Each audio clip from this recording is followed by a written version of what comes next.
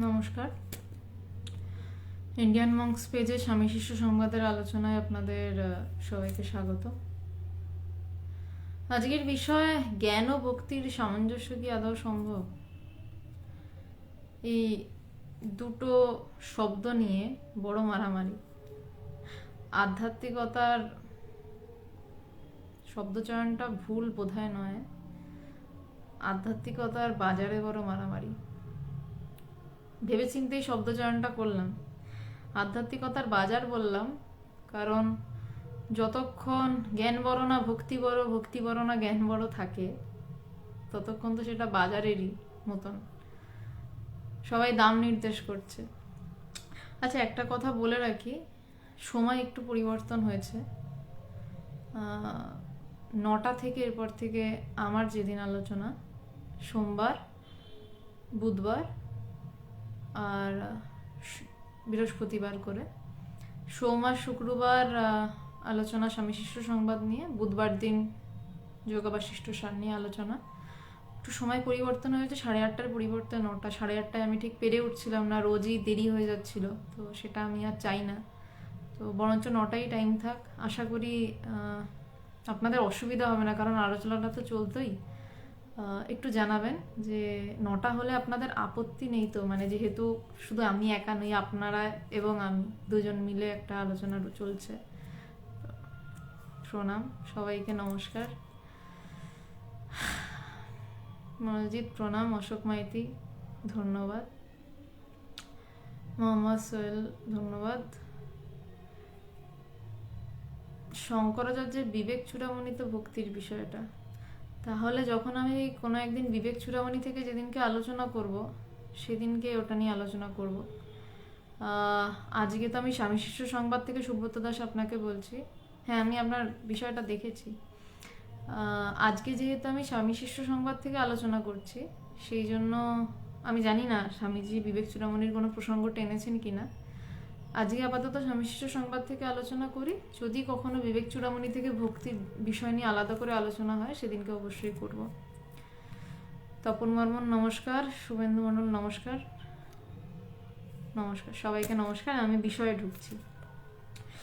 তো বলছে যে আজকের মূল বিষয় জ্ঞান ও ভক্তির সামঞ্জস্য কি করে সম্ভব।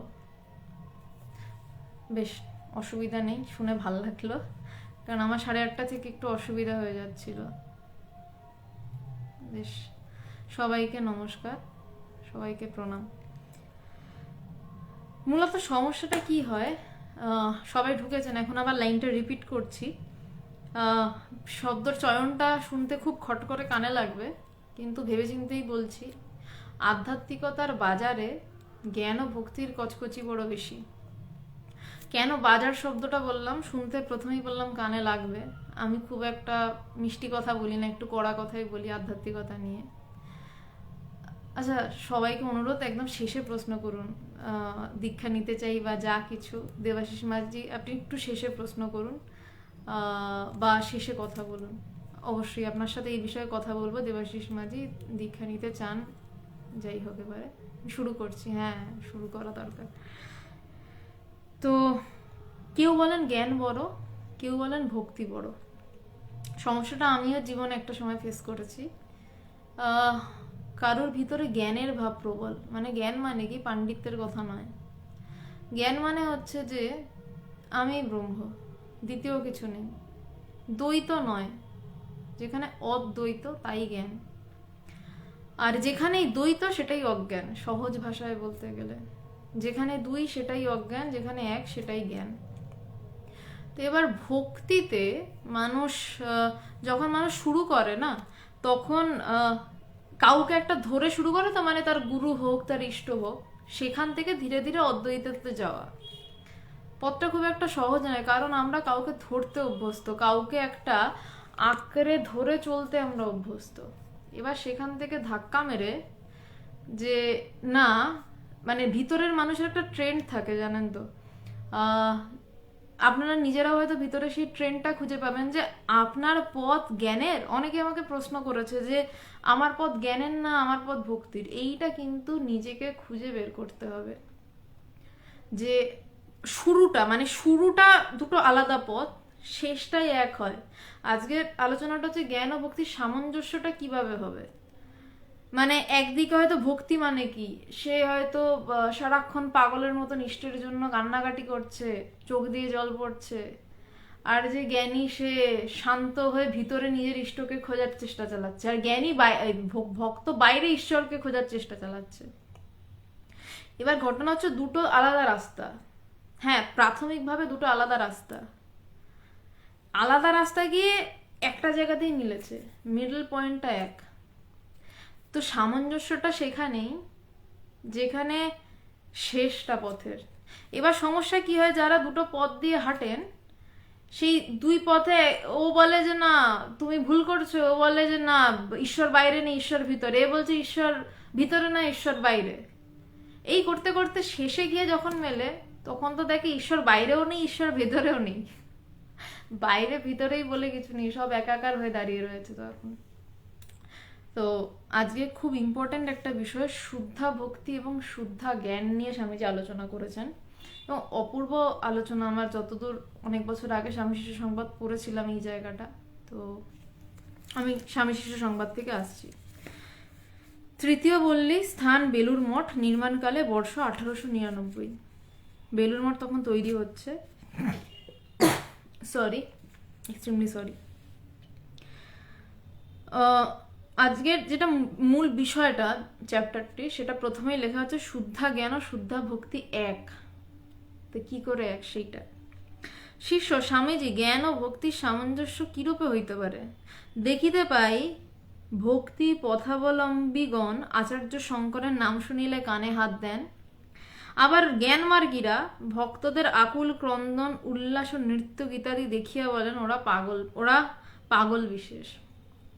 সমস্যাটা কিন্তু এখনো রয়েছে, আমি আবারও বলছি লাইনটা, বলছে দেখিতে পাই ভক্তি পথাবলম্বীগণ আচার্য শঙ্করের নাম শুনিলে কানে হাত দেন। সমস্যাটা এখনো রয়েছে, এখনো যারা, আমি নাম বলবো না কোনো সংগঠনের, তারা বিভিন্ন অদ্বৈত পথের যারা পথিক, তাদের নামে ওপেনলি নিন্দামন্দ করেন। অদ্বৈতবাদীদের খুব বেশি নিন্দে করতে দেখা যায় না, তার কারণ তারা প্রথম থেকেই বাইরের থেকে ভিতরটা ইম্পর্টেন্স দিয়ে থাকেন, কিন্তু তার মধ্যেও যারা একটু পাকা হয়, কম বোঝে, এবং যাদের ঈশ্বরকে বোঝার থেকে অন্যদের গায়ে ঢিল ছোড়াটার প্রয়োজন বিষয়, তারা তাদেরকে আক্রমণ করতে যায়। ন্যাচারালি দেখবেন না খুব একটা অদ্বৈতবাদী যে সে অন্য কাউকে আক্রমণ করতে যাচ্ছে, কারণ অদ্বৈতবাদীর সাবজেক্টটাই হচ্ছে যে বাইরে ওরাও। আর দ্বৈতবাদীদের সাবজেক্ট, এটা প্রাথমিক ভাষায় বলছে যে কেন ঝামেলা হয়, মানে আমি সামাজিক সাইকোলজি নিয়ে কথা বলছি যে কেন সমস্যার উদ্ভবটা। আর যারা ভক্তি মার্গী, তারা প্রথম থেকেই বলছে আরে কৃষ্ণ আছে, কৃষ্ণ সমান তুমি কখনো হতে পারবে, কখনো তুমি আর কৃষ্ণ এক হতে পারো, সুতরাং তুমি ফালতু কথা বলছো। এই তো গোলমালটা। এবার স্বামীজিকে উত্তর দিচ্ছেন, বলছেন যে এরা আচার্য শঙ্করের নাম শুনলেই কানে হাত দেয়। কেন কানে হাত দেয়, আজও কানে হাত দেয়। মানে এই যে আলোচনা, এত কিছু বদলাতে পারেনি, বিশেষ কিছু কয়েকটা মানুষ বদলেছে, এই হয়, মানে বিশাল কিছু বদল কোনো কালেই কোনোদিন হয় না, কয়েকটা মানুষের বদলে যাওয়াই অনেক। কেন কানে হাত দেয়, বলছেন তাহলে আমার ভক্তির হানি ঘটবে। বলছে যদি শুনি যে নির্বাণ ষটকম, বলছে যে অহং নির্বিকল্প নিরাকার রূপম, বলছে ও বাবা তাহলে আমি নির্বিকল্প নিরাকার রূপ, তাহলে আমার কৃষ্ণ কোথায় গেল, মহা মুশকিলের ব্যাপার। বলছে এবার যেটা যার মানে কি বলবো, এটা ঠিক যার টেস্ট যেরকম সেটা। কেউ বলবে আমি চিনি হতে ভালোবাসি, এটা খুব ভক্তি আর জ্ঞান মার্গের একটা ইয়ের কথা, যে বলছে আমি চিনি হতে ভালোবাসি, একদল বলছে, মানে সে মিশে যেতে চায়। আর একদল বলছে না আমি চিনি হয়ে গেলে চিনির টেস্ট পাবো কি করে, আমি ওটাকে আস্বাদন করতে চাই। এবার বিষয়টা কি হয়, আমি যেটা দেখেছি চোখের সামনে, যাদের ভিতরে একটা প্রবল ভক্তির ট্রেন্ড, আবারও বলছি কার ভিতরে ট্রেন্ড কিরকম, আবার কারোর মধ্যে থাকে সে ভক্তিপথ দিয়েও এগোয়, জ্ঞান পথ দিয়েও এগোয়, দুটো পথ একসাথে তার থাকে, সে দুটো ব্যালেন্স করে, এইরকম আধার খুব কম পাওয়া যায়। ঠাকুর কথামৃততে বলছেন যে মাস্টারমশাইয়ের সম্বন্ধে, যে ওর জ্ঞান এবং ভক্তি দুই আছে, কেউ কেউ শুধু জ্ঞান দিয়ে এগোয়, কেউ কেউ শুধু ভক্তি দিয়ে এগোয়, কিন্তু যারা জ্ঞান ও ভক্তিকে ব্যালেন্স করে এগোয় পথটা ভীষণ কঠিন। কারণ কখনো ভক্তি টান মারে, কখনো জ্ঞানের ভাব টান মারে। যারা এই দুটোকে নিয়ে এগোয় তারা অন্য থাকে। বেশিরভাগ মানুষ যে কোনো একটাকেই চয়েস করে, এবং সেটাই সাধারণ, সেটাই সহজ আর কি ব্যাপারটা, যে আমি হয় ভক্তি মার্গ দিয়ে যাব, আমি তার জন্য কাঁদছি, আর নয় আমি জ্ঞান মার্গ দিয়ে যাব। স্বামী পরমাত্মানন্দ পুরী, প্রণাম মহারাজ, পিছনে উনি আমার গুরুদেব ভগবান, ওনাকে আমি ভগবান বলে ডাকি, উনি আমার গুরুদেব, আমার প্রণাম নেবেন মহারাজ। তো এবারে বলছে যে আবার জ্ঞানমার্গীরা ভক্তদের আকুল ক্রন্দন উল্লাস নৃত্য গীতাদি দেখিয়া বলেন ওরা পাগল বিশেষ। ভক্তরা বলছে যে আবার ভক্তরা এবার কান্নাকাটি করছে, মানে ভক্তদের কান্নাকাটি করছে বলা ভুল, কান্নাকাটি হচ্ছে। ভক্তদের আপনি চোখ থেকে জল বেরোচ্ছে, ভাবে আবেশে নাচছে তারা। সেই দেখে জ্ঞানমার্গীরা বলছে কি করে বেশি বেশি। যারা মার্গী শব্দটা আছে কিন্তু শেষ হয়নি পদ, মার্গী মানে যারা পদ দিয়ে চলছে তখনও, শেষে তো অন্য গল্প, যারা চলছে তাদের জন্য এখনো কথা হচ্ছে। স্বামীজি এবার উত্তর দিচ্ছেন, কি জানিস, গৌণ জ্ঞান ও গৌণ ভক্তি নিয়েই কেবল বিবাদ উপস্থিত হয়। ঠাকুরের সেই ভূত ও বানরের গল্প শুনেছিস তো? ছোট্ট করে ভূত আর বানরের গল্পটা এক লাইনে বলি। স্বামীজি বলছেন যে গৌণ জ্ঞান ও গৌণ ভক্তি নিয়েই কেবল বিবাদ উপস্থিত হয়, মানে যারা হাঁটছে রাস্তা দিয়ে, মানে যারা হাঁটছে এবং যাদের মধ্যে রিজিডিটি রয়েছে, যাদের মধ্যে একটা রয়েছে না আমার পথটাই শ্রেষ্ঠ, অন্য পথ ঠিক নয়, অন্য পথ ভুল, কারোর মধ্যে এটা থাকে, সে জ্ঞান মার্গী হোক কি ভক্তি মার্গী হোক, যে আমি ঠিক, পৃথিবীর আর গোটা পৃথিবী ভুল, আমার পথই ঠিক, একমাত্র আমি যে পথ দিয়ে হেঁটে যাচ্ছি সেই পথ দিয়ে ঈশ্বরকে পাওয়া যাবে, অন্য কোনো পথে হাঁটলে ঈশ্বরকে পাওয়া যাবে না। তো এই রকম রিজিডিটি যাদের মধ্যে থাকে তাদের ঈশ্বর লাভ হয় কিনা আমি খুব একটা জানি না, হয়তো হলেও হতে পারে। এই রিজিডিটিটা হয়তো মানে তমগুণী ভক্তি বলা হচ্ছে, এই তমগুণী ভক্তিটা একটু বাঁক নিয়ে হয়তো সে ঈশ্বর লাভ করতে পারেও বা। তো বলছে যে ঠাকুরের সেই ভূত আর বানরের গল্প শুনেছিস তো? তো শিষ্য বলছেন যে আগে হ্যাঁ। এবার ভূত আর বানরের গল্পটা খুব সুন্দর, আমি নিচে ছোট্ট করে লেখা আছে, আমি ছোট্ট করেই বলছি, অনেকটা বেশ এলাবোরেট করে ঠাকুর কথামৃতে বলেছিলেন, অতটা যাচ্ছি না আমি। ভূত আর বানরের গল্পটা হচ্ছে শিব এবং রামের যুদ্ধ হইয়াছিল, পুরাণের একটা গল্প। এখন রামের গুরু শিব ও শিবের গুরু রাম, সুতরাং যুদ্ধের পরে দুজনের ভাবও হইল। তাহলে শিব এবং রাম দুজনের মধ্যে দুজনকে কেন টানা হয়েছে? শিব হচ্ছে জ্ঞানের প্রতীক আর রাম ভক্তি, নারায়ণ, তার কাছে কান্নাকাটি করা যায়, তার সাথে বালকবধ খেলা যায়, তার সাথে কৃষ্ণ ভেবে প্রেম টেম করা যায়, অনেক কিছু হয়। আজকে ভ্যালেন্টাইন্স ডে আবার, তো আসল ভ্যালেন্টাইন্স যাই হোক, আসল প্রেম বিষয়টাতে আজকে আসছি, ওই জন্যই ভক্তি ও বিষয়টা রয়েছে আজকে। তো বলছে যে শিব এবং রাম, বলছে একজন জ্ঞান মার্গী একজন ভক্তি মার্গী, বলছে ওদের যুদ্ধ হয়েছিল। বলছে এবার ঘটনা কি না, রামের গুরু শিব, শিবের গুরু রাম, তার কারণ দুজনই আসলে আলাদা নয়, বোঝাতে ব্যবহৃত হয়েছে।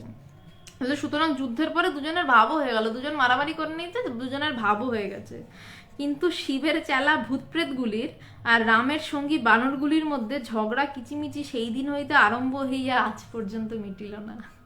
যে শিবের যে কয়টা ভূত রয়েছে আর রামের যে কয়টা বাদর রয়েছে, ওইরা দুজন মিলে মারামারি করে গেল, আমার গুরু বড় না তোমার গুরু বড়।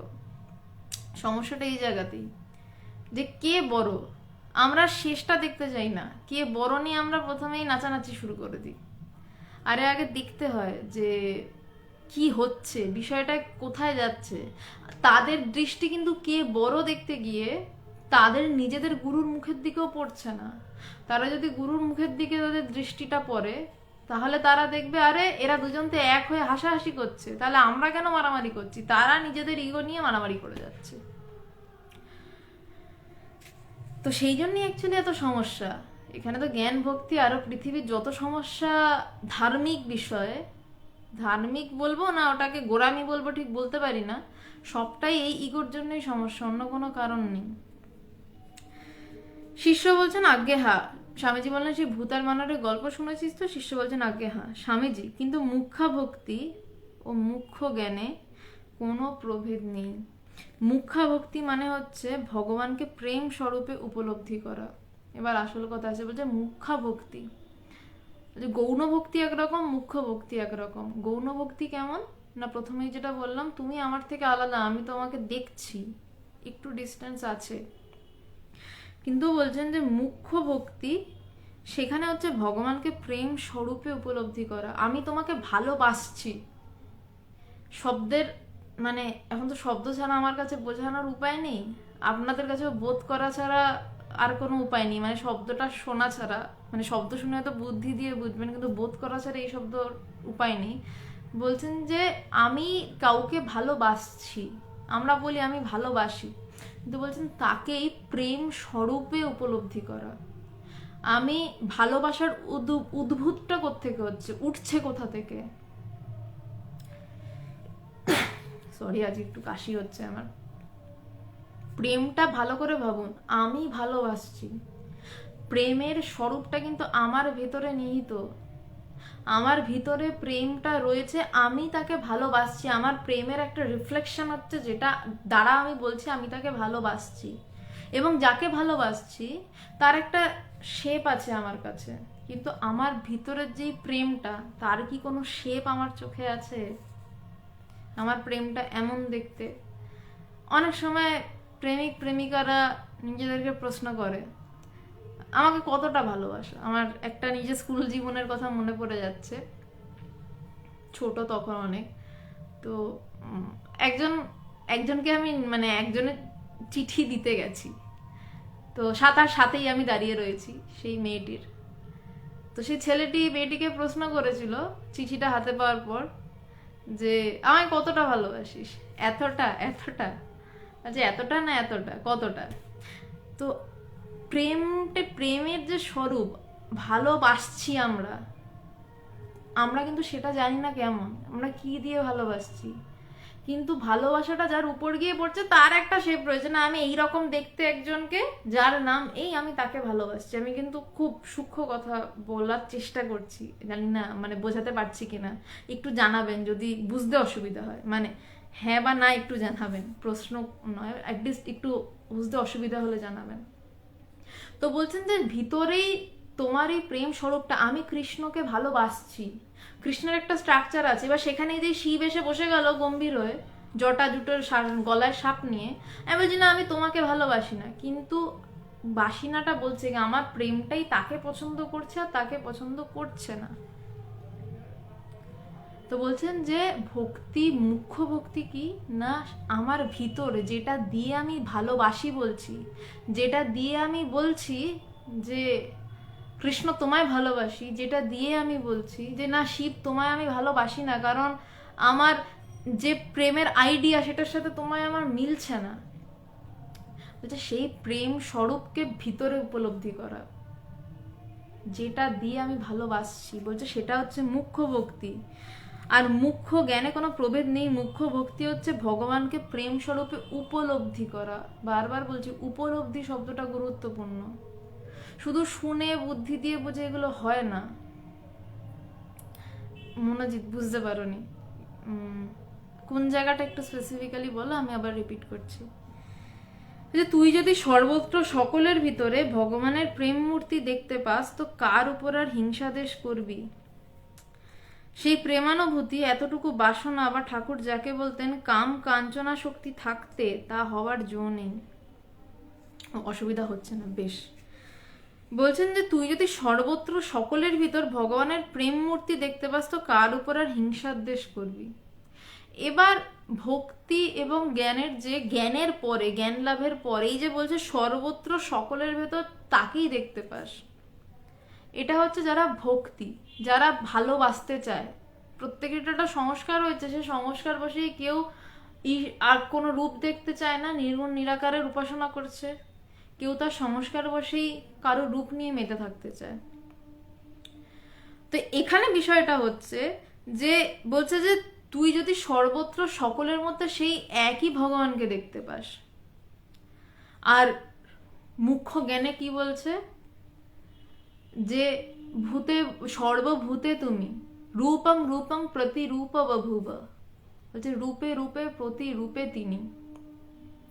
তো একজন জ্ঞানী যখন, যার ভিতরে জ্ঞানী ট্রেন্ড, যার বিষয় নিরাকার, সে যখন একটু নামছে, একটু ওই জায়গা থেকে নামছে, সে তখন তাকিয়ে চারদিক কিছু আলাদা করতে পারে না।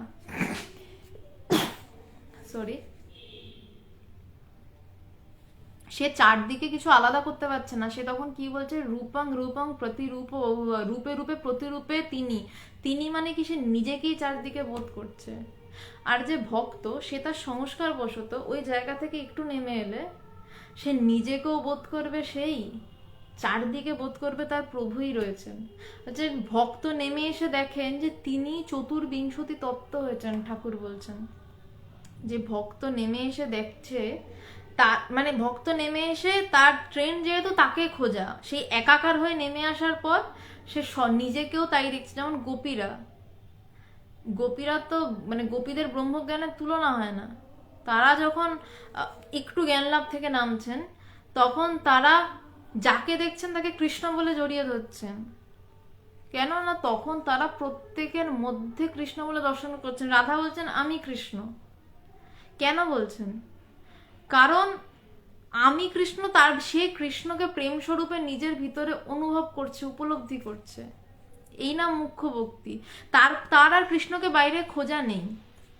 রাধা পাগলামো করেছিল যখন কৃষ্ণ চলে গেছিল। আমি ভাগবতটা অনেকে বলে সত্য মিথ্যা, আমি একদমই মিথ্যা বলতে চাই না, কারণ ভাগবতের যে অনুভব রয়েছে সেই অনুভব আজও হয়, বা জ্ঞান মার্গের বিভিন্ন উপনিষদের যে অনুভব রয়েছে সেই অনুভব আজও হয়। তো রাধা প্রথমে কি করছে, প্রথমে পাগলামো করছে, কৃষ্ণের জন্য কান্নাকাটি করছে। শেষে গিয়ে কি করছে না, দেখা যাচ্ছে রাধা সারাক্ষণ সমাধিস্থ, এবং যখন তার একটু হুঁশ আসছে, সে নিজেকেও কৃষ্ণ দেখছে, চারদিকে কৃষ্ণ দেখছে, এবং সব গোপীদের প্রায় তাই অবস্থা। তো যাদের ভক্তির দিকে ট্রেন, আমার নিজের সামনে দেখা, যারা ভক্ত গোছের হয়, তাদের জ্ঞান লাভের পর একটা অদ্ভুত জিনিস আমি দেখি, তাদের মুখ থেকে অটোমেটিক্যালি জ্ঞানের কথা বেরোতে পারে, জ্ঞানের কথা বেরোয়। ভীষণ ভক্ত, কিন্তু তার জ্ঞান লাভের পরে তার সাথে কথা বলছি, সে একদম অদ্বৈতবাদের কথা, একদম মানে সে তীর মারলে যেরকম কথা বেরো ওরকম কথা বেরোচ্ছে। আবার যার ভিতরে ভীষণ জ্ঞানের ট্রেন্ড, এটা আমি জানি না কেন হয়, অদ্ভুত একটা মানে দুটো পথ মিশে, তো বোধহয় তাই সব একাকার হয়ে মাখামাখি হয়ে যায়। আগের সংস্কার, পরের উপলব্ধি মিশে, যার মানে জ্ঞানের ট্রেন্ড, তার সাথে আবার যখন কথা বলতে বসি, সে জ্ঞানের কথা তো বলছি, তার সাথে অদ্ভুত সব ভক্তির কথা বলতে থাকে। এবং সেই ভক্তি সাধারণ ভক্তি নয়, আজ কাঁদলাম কাল নাচলাম, এবং সে সেই ভক্তি কাউকে দেখাতে যাবে না। সেই ভক্তিতে সে নিজে ডুবে থাকবে, যেই ভক্তিতে রাধা সারা জীবন শেষে সমাধিস্থ হয়ে থাকলো। এবং তখন কিন্তু তার আর খোঁজ নেই, চেষ্টা নেই। আমি ভগবানকে দেখেছি একটা অদ্ভুত কথা বলতে, আমি কথাটা কোনোদিনও বুঝতাম না, আজও বুঝি না, জীবনের শেষেও জানি না কোনোদিন বোঝার ইচ্ছে হবে কিনা। ভগবান একটা জিনিস বলতেন, ভগবানের গুরুদেব পবিত্রানন্দজিকে ভগবান জাস্ট পাগলের মতন ভালোবাসতেন। আগেও অনেকবার লাইভে বলেছি আমি কথাটা। মানে ভগবানের জীবনে গুরু ছাড়া আর কেউ ছিল না। ভগবানের শ্বশুরবাড়ির পাশেই ভগবানের গুরুদেব পবিত্রানন্দজির আশ্রম ছিল। তো ভগবান আসামে চাকরি করতেন, বাড়িতে ফিরে কোনো মতে ব্যাগ রেখে জাস্ট সেদিন বা পরের দিনই বেরিয়ে যেতেন গুরুদেবের কাছে। গিয়ে শ্বশুরবাড়িতে ঢুকতেনও না, গুরুমাকে রিক্সাতে পাঠিয়ে দিতেন শ্বশুরবাড়ি, উনি নেমে চলে যেতেন গুরুদেবের কাছে, পবিত্রানন্দজির কাছে। তো পবিত্রানন্দজির এই খুব রিলেভেন্ট এই আলোচনার সাথে একটা ঘটনা আমি একটু প্রথম থেকেই বলছি, একটু লম্বা হচ্ছে গল্পটা, মানে ব্যক্তিগত অভিজ্ঞতা, তো ভাল লাগবে আপনাদের হয়তো। তো ভগবানের তখন প্রথম দিকের, ভগবানের যখন সাধক জীবন, ভগবান আসামে রয়েছেন, পবিত্রানন্দজি জনাইতে, দুজনের মধ্যে চিঠির লেনাদেনা হতো। ভগবান নিজে চিঠি লিখতেন, তার যা অনুভব, এবং সেটা পবিত্রানন্দজি পড়ে সেই চিঠি আবার পবিত্রানন্দজি রিপ্লাই করতেন। তো পবিত্রানন্দজি সেই চিঠিগুলো ভগবান আলমারির লকারে রাখতেন। মানুষ আলমারির লকারে সোনাদানা রাখে, ভগবান আলমারির লকারে গুরুদেবের চিঠি রাখতেন। তো সেই চিঠি নিয়ে একটি বই রয়েছে, বেদান্ত সাধনা। সেই মানে যদি ভগবানের চিঠিগুলো পেতাম তাহলে ভগবানের চিঠি, পবিত্রানন্দজির চিঠি নিয়ে দুর্দান্ত একটা বই হতো, কিন্তু ভগবানের চিঠি তো পাওয়া যায়নি। শেষের দুটো চিঠি রয়েছে, অপূর্ব চিঠি, মানে ভগবানের জ্ঞান লাভের চিঠি, মানে তার যে উপলব্ধি হয়েছে এবং তার আগের চিঠি। হয়তো কোনোদিন ওটা নিয়ে আলোচনা করব, মানে অবশ্যই ভয়ঙ্কর সূক্ষ্ম কঠিন, যেটি নির্বিকল্প সমাধির আগের চিঠি এবং হয়ে যাওয়ার পরের চিঠি। তো পবিত্রানন্দজি যেটা করেছিলেন, ভগবান একদিন পবিত্রানন্দজিকে বলছেন যে এই ধরনের কথা বলেছিলেন যে আপনাকে দেখতে পাচ্ছি না, আমার কষ্ট হচ্ছে।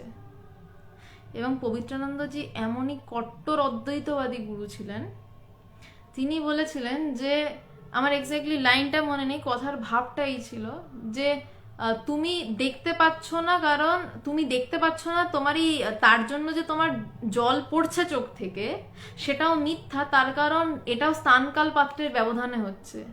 স্থানকাল পাত্র কোথায়, সেখান থেকেও না, বিশাল আকাশ ও ভগবান ওনার নাম না, আমরা কিছু অনুভব করে ওনাকে ভগবান বলে ডাকি, ভগবান ওনার নাম নয়।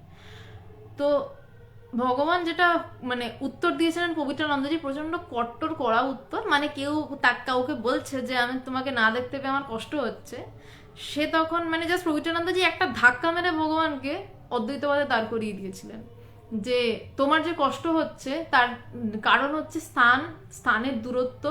অদ্বৈততে স্থানের কোনো দূরত্ব নেই, সব একাকার, সুতরাং তোমার দুঃখ হওয়ার কোনো কারণ নেই। এই ধরনের মানে কট্টর অদ্বৈতবাদী গুরু এমনই হন। কিন্তু সেই পবিত্রানন্দজি যখন ভগবানের জ্ঞান লাভ হলো, যখন ভগবানের সেই চিঠি পেলেন হাতে, সেই চিঠি নিয়ে কোনোদিন একটা আলোচনা হবে, হয়তো করবো কোনোদিন। বা সুদেশনা এখন গ্রেটেস্ট থেকে ভগবানের জীবনী থেকে আলোচনা করছে, প্রায় শেষের দিকে আলোচনা চলে এসছে, মঙ্গলবার আর শনিবারও সন্ধ্যা 8টা বা 8:30 থেকে আলোচনা করে।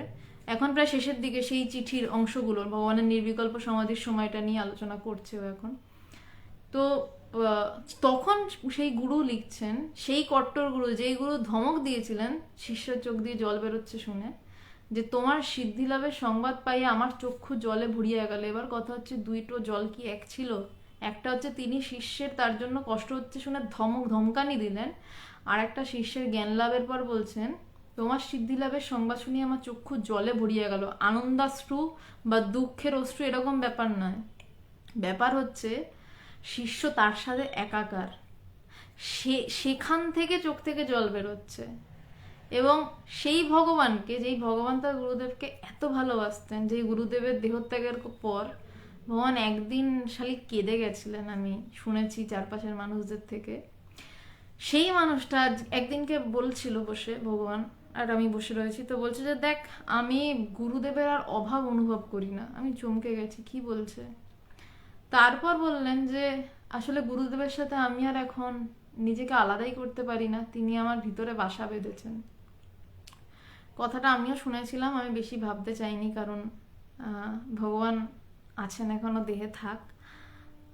তো এটা মারাত্মক গুরুত্বপূর্ণ কথা যে তার ভক্ত ছিল, সে তাকে না দেখে কষ্ট হচ্ছিল, সেই জায়গা থেকে সে আজকে দাঁড়িয়ে বলছে, ভগবান বলছেন যে আমি আর অভাব বোধ করি না। এই অভাব বোধটা একদিন শেষ হয়ে যায়।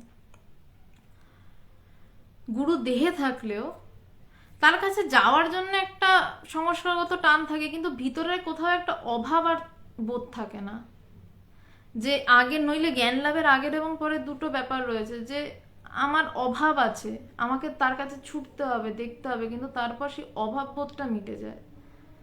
তখন শুধু ভালোবাসা, তাতে ডুবে থাকা, তখন জাস্ট চুপচাপ বসে থাকা, এবং হয়তো ভিতরে টানছে, চোখ বন্ধ করে নিলে এবং হয়তো চোখ থেকে জল পড়ছে, কোনো কারণ নেই। অহেতুকি ভালোবাসা যেটাকে বলে, যে কোনো কারণ নেই, আমি ভালোবাসি, কেন ভালোবাসি জানি না, আমি ভালোবাসি, জাস্ট ভালোবাসতে ভালো লাগে তাই ভালোবাসি, এটার নাম ভালোবাসা।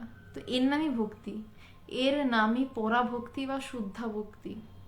যেই ভালোবাসায় কিছু চাওয়া তো দূর, যাকে ভালোবাসি তাকেও চাওয়া থাকে না, কারণ তাকে চাইবো কোথায়, তাকে তো আর খুঁজে পাচ্ছি না।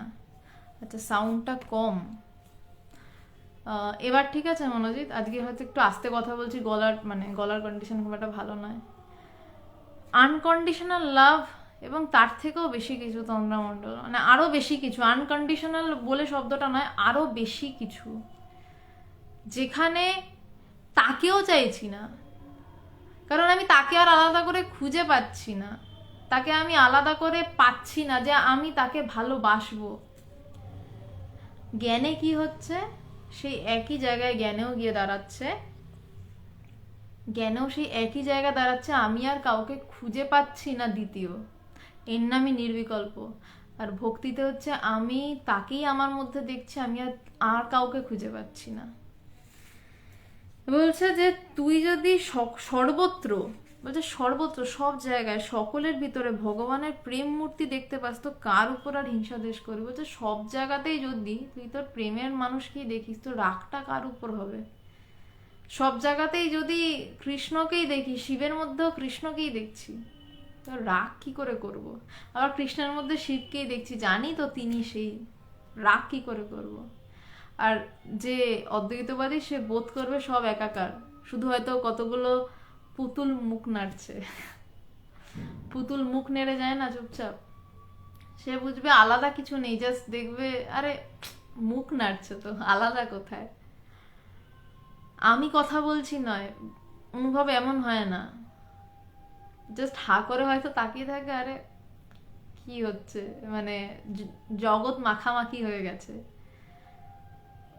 শঙ্করাচার্যের এই কথাটা রয়েছে যে ব্রহ্মসত্য জগন মিথ্যা, এইটা এক ধরনের অনুভব, এক এক ধাপ অবধি। তারপর বলছেন জীব ব্রহ্মৈব না পরা, যে জীব ও ব্রহ্ম ছাড়া কিছু মাত্র নয়। একটা অনুভবে হলো জগৎ মিথ্যা, আর একটা অনুভবে হলো সব তিনি, সব তিনি বা সব আমি, দুটো তিনি আমি আলাদা শব্দ নয়। ভক্তিতে বলছেন তিনি, জ্ঞানে বলছেন আমি, এই তো সেই প্রেমানুভূতি, এতটুকু বাসনা, বা ঠাকুর যাকে বলতেন কাম কাঞ্চনা শক্তি থাকতে হবার জন্য নেই। বলছে কিন্তু এই প্রেমের অনুভূতি কোনোভাবেই, এতটুকু বাসনা, সামান্যতম বাসনা থাকলে কোনোভাবেই হতে পারবে না। বাসনা মানে চাওয়া, সেটা যা খুশি চাওয়া, মানে কাম কাঞ্চনা শক্তি, কামনা এবং কাঞ্চন, এটা নিয়ে আগের দিন একটা এলাবোরেট আলোচনা করেছি, আজকে আর অতটা আলোচনায় ঢুকছি না। এই শব্দটা নিয়ে যোগাবশিষ্ট সারের আলোচনাতে এই কাম কাঞ্চন আসক্তি নিয়ে একটা লম্বা আলোচনা হয়েছে। তো বলছে সেটা যদি এতটুকু থাকে, এই প্রেমানুভূতি হবে না। এবার জ্ঞানের কি বলছে, যে বৈরাগ্য না থাকলে তোমার জ্ঞান লাভ হবে না। এবার যাকে বলছে বৈরাগ্য, তাকেই ভক্তিতে বলছে এতটুকু বাসনা বা কামকাঞ্চনা শক্তি থাকলে এই প্রেমানুভূতি হবে না। বিষয়টা কিন্তু একই, যে আমার কাম কাঞ্চনে দোষ দর্শন হয়ে আমার ভিতরে একটা বৈরাগ্য আসছে, আমার এগুলো লাগবে না, আমার বাইরের কিছু লাগবে না, আমি ভিতরে ডুবতে চাই। যখন আমার বাইরের প্রয়োজন ফুরাচ্ছে, তখন তার নামই বৈরাগ্য। আবারও বলছি, মাছ মাংস না খাওয়ার নাম বৈরাগ্য নয়, এক জামা পরে ঘুরে বেড়ানোর নাম বৈরাগ্য নয়। বৈরাগ্য তার নাম যখন আমার ভিতর থেকেই বোধ হবে যে আমার এগুলোর আর কোনো প্রয়োজন নেই, তখন জ্ঞান লাভ। এবং তখনই বলছে কি এই প্রেমানুভূতি, এবং জ্ঞানের পরেই আসলে প্রেম আসে, তার আগে প্রেম আসতে পারে না। কারণ যতদিন না জ্ঞান লাভ হচ্ছে, ঠিক ঠিক জ্ঞান লাভ হচ্ছে সপ্তম ভূমির, ততদিন তো আমি অন্য কাউকে আলাদা বলে জানছি, আমি আমার গুরুকে আলাদা বলে জানি আমার থেকে, আমি আমার গুরুকে ভালোবাসছি, বা আমি আমার ইষ্টকে ভালোবাসছি, বা আমি আমার স্বামীকে বা স্ত্রীকে ভালোবাসছি। প্রথমে আমি আছে, তাকে ভালোবাসা আছে। কিন্তু যখন একাকার হয়ে যায়, এবং যতক্ষণ আমি আছে ততক্ষণই আমার স্বার্থ বুদ্ধি আছে, আমার ভালো লাগার জিনিসটা সে করছে বলেই আমার তাকে ভালো লাগে। কৃষ্ণকে ভালো লাগে, সে বাসিয়াতে ঘুরে বেড়াচ্ছে। শিবকে ভালো লাগে না, ত্রিশূলাতে ঘুরে বেড়াচ্ছে। আবার কারোর বলবে আমার ত্রিশূলটা ভাল লাগে, তার মানে স্বার্থ বুদ্ধি, মানে এটাও স্বার্থ বুদ্ধি, তার ভালো লাগছে কি সেই অনুযায়ী কিন্তু তার চয়েসটা হচ্ছে। কারোর কালীকে ভাল লাগে, কারোর রাধাকে ভালো লাগে। কেউ বলছে কালীর ওই খড়গ নিয়ে তেরে আসছে মা, অপূর্ব। কেউ বলছে বাবা দেখে ভয় লাগে, কারণ তার চিন্তার বুদ্ধির সাথে ওইরূপ মিলছে না। তো সেই বুদ্ধি ত্যাগ করে যখন সব একাকার হয়ে যাবে, যখন আমি আমার বুদ্ধি হারাবো, আসল হচ্ছে বুদ্ধি মূল সমস্যা, বুদ্ধির পরে অহংকার আরো বড় সমস্যা। যখন আমি নিজের অহংকার হারাবো, যেই অহংকারটা আমাকে নির্দেশ করে যে একে আমার ভালো লাগে এই বিষয়টা নিয়ে, আর একে আমার ভালো লাগে না, যখন এই নির্দেশনা বন্ধ হয় আমাদের ভিতরে, বা তিনি বন্ধ করান, এই নির্দেশনা নিজে থেকে বন্ধ হতে চায় না, সাধনা করে একটা স্তর অবধি, তারপরে নির্দেশনা বন্ধ, এবং তারপর যখন ডুব, তারপর আর আলাদা করে কাউকে খুঁজে পাওয়া যায় না যে এই জটা আমার ভাল লাগে, এই ত্রিশূল ভাল লাগে, এই বাঁশি আমার ভালো লাগে। তখন সব জায়গাতেই হয় আমি তাকে দেখছি না।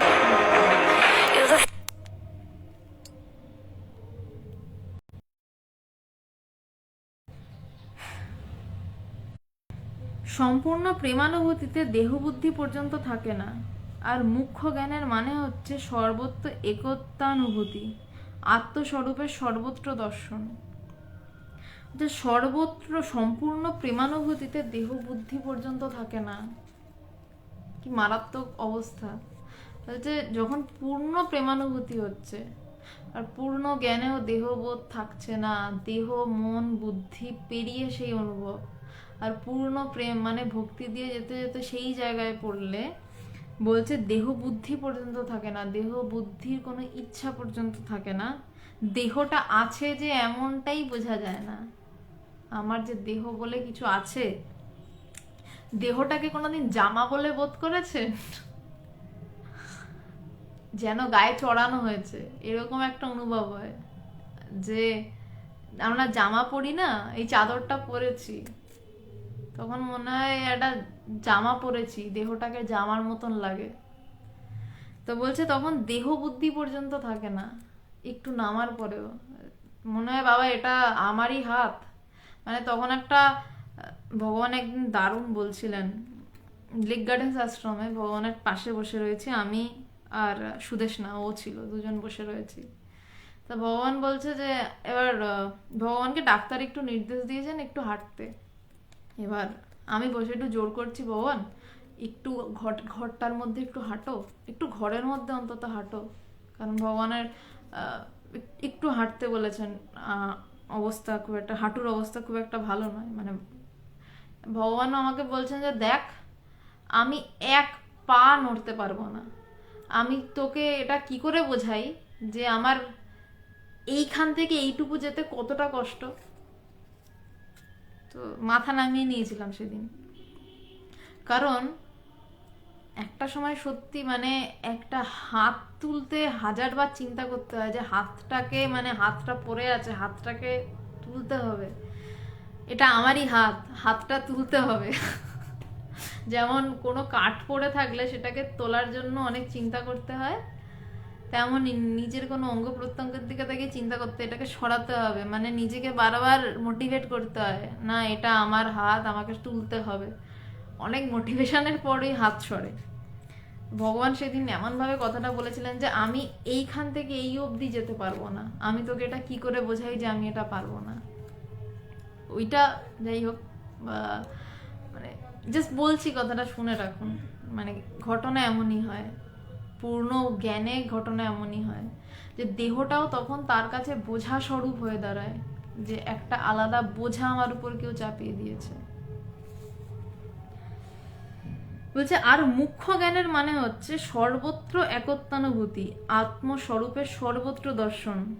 তাও এতটুকু অহং বুদ্ধি হবার জো নাই। বলছে তাও এতটুকু অহং বুদ্ধি থাকতে হবার জো নেই। বলছে আর এবার জ্ঞানে, এটা তো পূর্ণ ভক্তির কথা হলো, বলছে পূর্ণ জ্ঞানে কি হচ্ছে, মুখ্য জ্ঞানে বলছে সর্বত্র একত্বানুভূতি, সব জায়গায় আমি। বললাম রূপং রূপং প্রতিরূপ বহুবার, রূপে রূপে প্রতিরূপে আমি, সব জায়গাতে আমি, সব জায়গাতে তিনি, সব জায়গায় একত্বানুভূতি।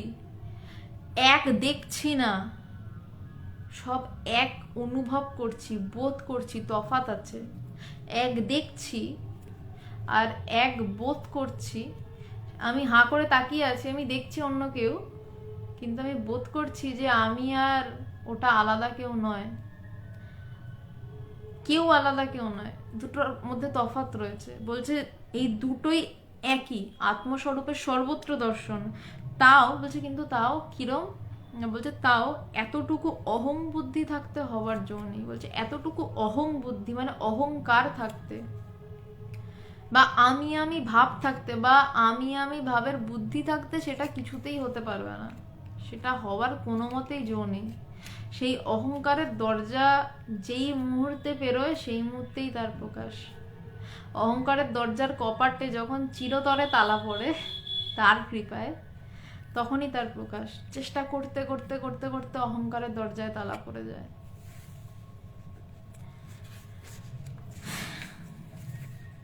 শিষ্য, তবে আপনি যাহাকে প্রেম বলেন তাহাই কি পরম জ্ঞান? বলছে শিষ্য বলছেন, তাহলে আপনি যাহাকে প্রেম বলেন, আজকে প্রেম দিবস না, তো বলছেন তাই কি পরম জ্ঞান? আসল প্রেম কি সেটা জানার দরকার, নইলে জ্ঞানে পৌঁছানো মানেই প্রেমে পৌঁছানো। জ্ঞান লাভের পরেই কেউ ঠিক ঠিক ভালোবাসতে পারে তার গুরুকে, তার ইষ্টকে এবং সবাইকে। তার আগে অবধি ভালোবাসা কিছুতেই আসবে না। আমি তো জানি সে আমার থেকে আলাদা, যখন জানবো আমি আর সে আলাদা নই তখনই তো ভালোবাসা। স্বামীজি বলছেন তা বই কি, পূর্ণ প্রজ্ঞ না হলে কারোর প্রেমানুভূতি হয় না। বলছেন তা নয় কি, বলছে পূর্ণ প্রজ্ঞ, সম্পূর্ণ প্রজ্ঞ মানে প্রজ্ঞা মানে জ্ঞান, তো পূর্ণ জ্ঞান না হলে প্রেমানুভূতি হয় না। দেখছিস তো বেদান্ত শাস্ত্রে ব্রহ্মকে সচ্চিদানন্দ বলে। বলছে দেখছিস তো বেদান্ত শাস্ত্রে ব্রহ্মকে সচ্চিদানন্দ বলছে, সৎ চিৎ আনন্দ স্বরূপ। বেদান্তে বলছেন কেমন ব্রহ্ম না তাকে বোঝানোর চেষ্টা। এই সচ্চিদ আনন্দ স্বরূপ মুখে বলা যাবে, বোঝানো বড় মুশকিল। ওই দুধ কেমন সেটা দুধ খেলেই বোঝা যাবে, আর দুধে হরলিক্স মিশিয়ে খেলে কেমন লাগে হরলিক্স মিশিয়ে খেলেই বোঝা যাবে।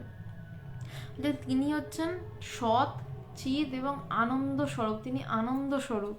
ওই সচ্চিদানন্দ শব্দের মানে হচ্ছে সৎ অর্থাৎ অস্তিত্ব, চিৎ অর্থাৎ চৈতন্য বা জ্ঞান আর আনন্দ বা প্রেম। ভগবানের সৎ ভাবটি নিয়ে ভক্ত জ্ঞানীর মধ্যে কোনো বিবাদ বিসংবাদ নেই। এবার আস্তে আস্তে ঢুকছেন, শব্দ ভাঙছেন, বলছেন যে ব্রহ্ম সচ্চিদানন্দ স্বরূপ, ঈশ্বর সচ্চিদানন্দ স্বরূপ। বলছে এবার সৎ বিষয়টি নিয়ে, সৎ মানে অস্তিত্ব, তার অস্তিত্ব আছে। জ্ঞানীও বলছেন তিনি অস্থি স্বরূপ, অস্থি ভাতৃপ্রিয়, যে তিনি অস্থি স্বরূপ, ভাতৃপ্রিয়টা ছেড়ে দিন, তিনি অস্তিত্ব স্বরূপ, তিনি তার অস্তিত্ব রয়েছে। ভক্ত বলছে ঈশ্বরের অস্তিত্ব রয়েছে। বলছে তারই সৎ ভাবটি নিয়ে ভক্ত জ্ঞানীর মধ্যে কোনো বিবাদ বিসংবাদ নেই, কিন্তু জ্ঞানমার্গী ব্রহ্মের চিৎ বা চৈতন্য সত্তাটির উপরেই সর্বদা বেশি ঝোঁক দেয়, আর ভক্তগণ আনন্দ সত্তাটির উপরেই সর্বক্ষণ নজর রাখে। জ্ঞানমার্গী সে বলবে কোথায় আমার ভিতর চৈতন্য, তার উপর নজর। আর যারা ভক্ত তারা বলবে আমি তাকে আস্বাদন করে আনন্দ পাচ্ছি কি, তার সেটার উপর নজর। এবার মুশকিলটা হচ্ছে সেই জায়গায় পৌঁছালে চৈতন্য আছে আনন্দ আছে একই তো, কিন্তু সেই জায়গাটায় মানুষ পৌঁছাতে চায় না, হয় মারামারিতে লেগে যায় তার আগেই। কিন্তু চিৎ স্বরূপ অনুভূতি হওয়া মাত্র তখনই আনন্দ স্বরূপের উপলব্ধি হয়। বলছে চিৎ স্বরূপ যেই মুহূর্তে, ওই জন্য প্রথমেই শুরু করলাম যে অদ্বৈতবাদীরা খুব বেশি তর্কাতর্কিতে যায় না, কারণ তারা এমনি বলে বাইরের জিনিস মিথ্যা, বাইরেটা সাবজেক্টই নয়, যে যা পাচ্ছে করতে দাও। তো বলছে তাদের যেহেতু ঝোঁক বেশি চৈতন্যের উপরে, চিতের উপরে, বলছে চিত অনুভূতি হওয়া মাত্র, বলছে সেই চিত যেই মুহূর্তে অনুভূতি হচ্ছে সেই মুহূর্তেই আনন্দ স্বরূপের উপলব্ধি। কারণ তিনি আলাদা নন তো, তিনি আনন্দ স্বরূপ, তিনি চিত স্বরূপ, তিনি প্রেম স্বরূপ। একটা উপলব্ধি করলে আর একটা হবে না এমনটা নয়, কিন্তু আমি তাকে আনন্দ স্বরূপ উপলব্ধি যখন করব তখন আমি তাকে চিৎ স্বরূপ উপলব্ধি করব। কিন্তু আনন্দ উপলব্ধি করলে হবে না, আনন্দ স্বরূপ, তিনি স্বরূপে আনন্দ, এইটা উপলব্ধি করতে হবে। তিনি প্রেম রূপ, তিনি স্বরূপে প্রেম, স্বয়ং প্রেম।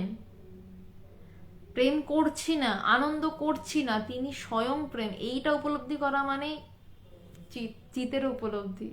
তাই বললাম, ভক্তরা উপলব্ধি করে একই জায়গায় যায়, জ্ঞান উপলব্ধি করে একই জায়গায় যায়, এটাই মুখ্য ভক্তি, মুখ্য জ্ঞান। কারণ যা চিত তাহাই যে আনন্দ, বলতে যা চিত তাই যে আনন্দ, আলাদা তো কিছু নয়।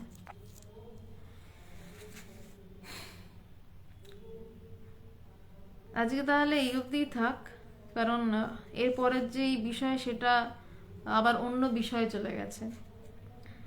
তো আসল যেটা, যে ভক্তি এবং জ্ঞানের সামঞ্জস্য একমাত্র জ্ঞান লাভে, চরম জ্ঞান লাভে, এছাড়া আর কোনো রাস্তা নেই।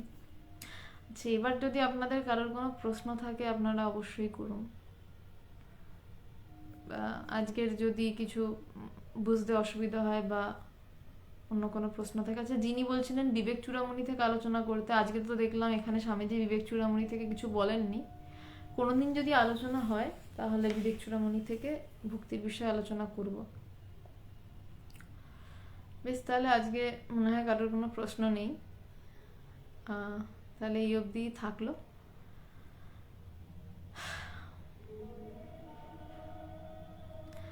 আচ্ছা, সুব্রত দাস, জ্ঞান ও ভক্তির সামঞ্জস্যতা নিয়ে আধ্যাত্মিক পথে অগ্রসর হচ্ছি, মন চঞ্চল, তো মাঝে মাঝে একটু হেরফের হয়ে যায়। হ্যাঁ, সেটাই স্বাভাবিক বিষয়, প্রথমে তো এক হবে না, একটু হেরফের হবেই। আপনার গুরুর সাথে কথা বলুন এটা নিয়ে, আপনার গুরু একমাত্র আপনাকে সাহায্য করতে পারবে। ফারুক, আসসালাম আলাইকুম, নমস্কার। তো আপনি সুব্রত দাস, আপনি আপনার গুরুকে এই কথাটা বলুন, তিনি কৃপা করলে সব হবে। বিশাল আকাশ, জ্ঞান লাভ হয় কিভাবে? গুরুর পা ধরে পড়ে থাকলে, ঠিক গুরু ভক্তি হলে তবে জ্ঞান লাভ হয়। জ্ঞান লাভেরই একমাত্র উপায়, তাছাড়া হাজার শাস্ত্র পড়তে পারেন, প্রচুর ধ্যান ধারণা করতে পারেন। দেবাশিস মাঝি, আপনি দীক্ষা নিতে চান, কিভাবে সেটা? আপনি প্রথমত আপনাকে তো গুরু খুঁজতে হবে এবং দেখে নেবেন প্রথমত যে আপনি গুরুর সঙ্গ করতে পারবেন তো। মানে আপনি যার থেকে দীক্ষা নেবেন তাকে দূর থেকে শুধু প্রণাম করে চলে যেতে হবে না তো, গুরুর যেন সঙ্গ করতে পারেন সেইভাবেই দেখুন। আর দীক্ষা নেওয়ার আগে দেখে নেবেন যে গুরু আপনার জীবনের সর্বস্ব, এই ভাব আপনার ভিতরে আছে তো, নইলে কিন্তু দীক্ষা নিয়ে বিশাল কিছু লাভ হবে না। শুধু জপ করা হবে 108 বার, তাও মানে অ্যাটলিস্ট এটা সংস্কার হয়ে থাকলো। কিন্তু যদি এটা দেখে নেন যে গুরু আমার জীবনের সর্বস্ব হতে পারবে তো, তাহলেই দীক্ষা নেওয়ার শ্রেষ্ঠতা। দেবাশিস মাঝি, আপনাকে বলছি, আর দীক্ষা নেওয়ার আগে গুরু সঙ্গ করবেন এবং নিজের ভিতরে পরিষ্কার হয়ে নেবেন যে হ্যাঁ, ইনি আমার গুরু, এবং তারপর দীক্ষা নেবেন এবং ভিতর থেকে আপনাকে বলে দেবে যে হ্যাঁ, ইনি আমার গুরু, আমার এনাকে ভালো লাগছে। আচ্ছা, রাম দরবার, ভগবান এবং ঈশ্বর এই দুটো কিভাবে বুঝবে? একই তো, আলাদা কোথায়? আলাদা তো কিছু নেই। আচ্ছা, সাধনা দাস, মন বুদ্ধি চিত্ত ডেফিনেশনটা যদি একটু বলেন। অ্যাকচুয়ালি মনেরই অংশ হচ্ছে সূক্ষ্ম শরীরের অংশ। এগুলো বিবেক চূড়ামণিতে শঙ্করাচার্য, আদি শঙ্করাচার্য দারুণভাবে এক্সপ্লেন করেছিলেন ধরে ধরে, আমি কিছুটা যাচ্ছি। একটা হচ্ছে স্থূল শরীর, একটা সূক্ষ্ম শরীর বা কারণ শরীর। তো এই মন বুদ্ধি চিত্ত অহংকার এইগুলো সব সূক্ষ্ম শরীরের অন্তর্গত। এবার মনেরই একটা অংশ আমি বলছি, একটু মনোযোগ দিয়ে শুনবেন। বুদ্ধি, মনেরই হচ্ছে অবস্থা হচ্ছে সংকল্প বিকল্প একটা অবস্থা। বুদ্ধিটা নইলে আমি বোঝাতে পারবো না, তাই সংকল্প বিকল্পতে ঢুকলাম। সংকল্প বিকল্প কি না, আমি এটা করব নাকি আমি এটা করব, সবসময় আমাদের ভিতরে কিন্তু এটা চলতে থাকে প্রত্যেক মুহূর্তে, এইভাবে আমাদের জীবন নির্বাহ হয়। আমি এটা করব না এটা করব, এর নাম মনের সংকল্প বিকল্প অবস্থা, মনেরই অবস্থা। এরপর আমাদের বুদ্ধি কোনো একটাকে ধরে, আমি এটা করব, যে এটাকে ধরছে তার নাম বুদ্ধি, মনেরই অবস্থা। এরপর চিত্তটা ওরম এক্স্যাক্ট ডেফিনেশন দেওয়া যাচ্ছে না, চিত্তটা ওর মধ্যে জড়িয়ে থাকা, মানে বুদ্ধি চিত্ত খুব বেশি আলাদা কিছু না, কিন্তু এই মনেরই একটা অংশ। তো মনের 4টি অংশ যতদূর সম্ভব, আমার এক্স্যাক্টলি মনে নেই, সংকল্প, বিকল্প, বুদ্ধি, চিত্ত, মনেরই অংশ। আহ, এর পরের দরজা থাকে অহংকার। এই মন, বুদ্ধি, চিত্ত পেরিয়ে তারপর অহংকার। অহংকার পেরোলে তার সেই প্রকাশ, সেই ব্রহ্মের প্রকাশ বা আমার প্রকাশ বা আমি, মানে আমি সব শব্দই নিরর্থক সেই জায়গার কাছে, কোনো শব্দই আসল নয়, সবটাই বোঝানো মাত্র। আশা করি সাধনা দাস বোঝাতে পারলাম। হ্যাঁ সুব্রত দাস, হ্যাঁ যাহা চিত তাই আনন্দ, মিলটা এখানে, আর এটাই পরম সত্য। বেশ। সুব্রত নন্দী, আমি খুব ভালো আছি, আপনি ভালো থাকার চেষ্টা করুন অবশ্যই। নিশীত শীত, একবার গুরুকরণ হলে আবার গুরুকরণ করা যায়, না করলে ভালো। কারণ 14 জায়গায় জমি খুঁড়ে লাভ নেই। তো এই ক্ষেত্রে একটা গল্প বলি গুরুকরণ নিয়ে, যখন অনেকে প্রশ্ন করেনি, অনেকের প্রশ্ন এটা। একটা খুব সুন্দর গল্প রয়েছে উপনিষদে। বলছে একবার এক শিষ্য তার গুরুর কাছে এসছে, এসে বলছে যে গুরুদেব আমি দীক্ষা নিতে চাই। তো বলছে আচ্ছা বেশ, দীক্ষা নেবে তো তুমি এর আগে কত জায়গায় দীক্ষা নিয়েছো, তুমি এর আগে কি দীক্ষা নিয়েছো কোথাও? তো বলছে যে হ্যাঁ আমি এর আগে 14 জন গুরুর কাছে দীক্ষা নিয়েছি, কিন্তু আমার কিছু হয়নি, তো তাই দীক্ষা নিতে এলাম। তো গুরুদেব বললেন আচ্ছা তুমি 14 জন গুরুর কাছে দীক্ষা নিতে এসছো, বেশ ঠিক আছে, পরের দিন এই সময় তুমি এসো। শিষ্য পরের দিন গেছে গুরুর কাছে। তো গুরু শিষ্যের হাতে একটা কোদাল দিয়ে বলেছে বাগানের আজকে এইখানটা মাটি কোপাও। মাটি কুপিয়েছে, ঠিক আছে বাড়ি চলে যাও, পরের দিন এসো। আবার পরের দিন এসছে, বলেছে এই বাগানের আর একটা জায়গা দেখিয়ে বলেছে ওই জায়গাটা মাটি কোপাও। এইরকম করে তৃতীয় চতুর্থ দিন এই করতে করতে যখন 13 দিন হয়ে গেছে, শিষ্য আর সামলাতে পারেনি। এবার গুরুকে প্রশ্ন করেই বসেছে, যাকে সে গুরুকরণ করবে বলে ভাবছিল, যে গুরুদেব আপনি কি করছেন? আপনি আমাকে বাগানের 14 জায়গায় মাটি কোপাচ্ছেন, 13 দিন ধরে মাটি কোপাচ্ছি, আমি কিচ্ছু বলিনি, কিন্তু এই মাটি যদি আপনি একটা জায়গায় কোপাতেন, কোপানো করাতেন, এই 13 দিনে যা মাটি কোপালাম, তাহলে এতদিন একটা কুয়ো হয়ে যেত, জল বেরোতো। গুরুদেব তখন বললেন আমি এইটা বোঝানোর জন্যই তোমাকে দিয়ে মাটি কোপানোর কাজটা করাচ্ছিলাম, যে তুমি যদি 14 গুরুর কাছে না ঘুরে এক গুরুর পায়ের নিচেই বসে থাকতে, তাহলে এতদিনে তুমি সেই আধ্যাত্মিক রসের সন্ধান পেয়ে যেতে, মানে সেই জলের সন্ধান পেয়ে যেতে। তখন সেই শিষ্যটি বুঝতে পারে। তো এবার ঘটনা হচ্ছে যে একবার গুরুকরণ হলে আর গুরুকরণ না করাই ভালো, কিন্তু যদি এটা হয় যে আপনি আগের গুরুকে কিছু কারণে মানতে পারছেন না, আপনার অসুবিধা হচ্ছে, হঠাৎ দীক্ষা নেওয়া হয়ে গেছে বা ছোটবেলায় অনেকের দীক্ষা হয়ে যায়, নতুন কারোর থেকে নেওয়ার ইচ্ছা হচ্ছে এবং আগের সেই গুরুর সাথে সেরকম সম্পর্ক নেই, তবে আপনি দীক্ষা নিতে পারেন, আর একবার গুরুকরণ করতে পারেন। কিন্তু যদি না করা যায় তাহলে ভালো, কিন্তু যদি দেখেন যে না আগের সাথে কোনো সম্পর্কই নেই, আপনার ভালো লাগছে না, আপনার মন থেকে মানছে না, তাহলে আপনি নতুনভাবে গুরুকরণ করতে পারেন। গুরু ছাড়া কি উপায় নেই? কে জিজ্ঞাসা করলেন? সুপ্রকাশ চক্রবর্তী, না গুরু ছাড়া জ্ঞান লাভের আর কোনো উপায় নেই। হাজার পড়াশোনা করে শুনে আমাদের মতন অদ্ভুত লোক, মানে অদ্ভুত মানে যাই হোক, এইরকম আলোচনা করছি, শুনতে পারেন, একটু হয়তো এগোবেন ভিতরে, কিন্তু গুরুকরণ না হলে জ্ঞান লাভের কোনো কোনো চান্স নেই, কোনো উপায় নেই।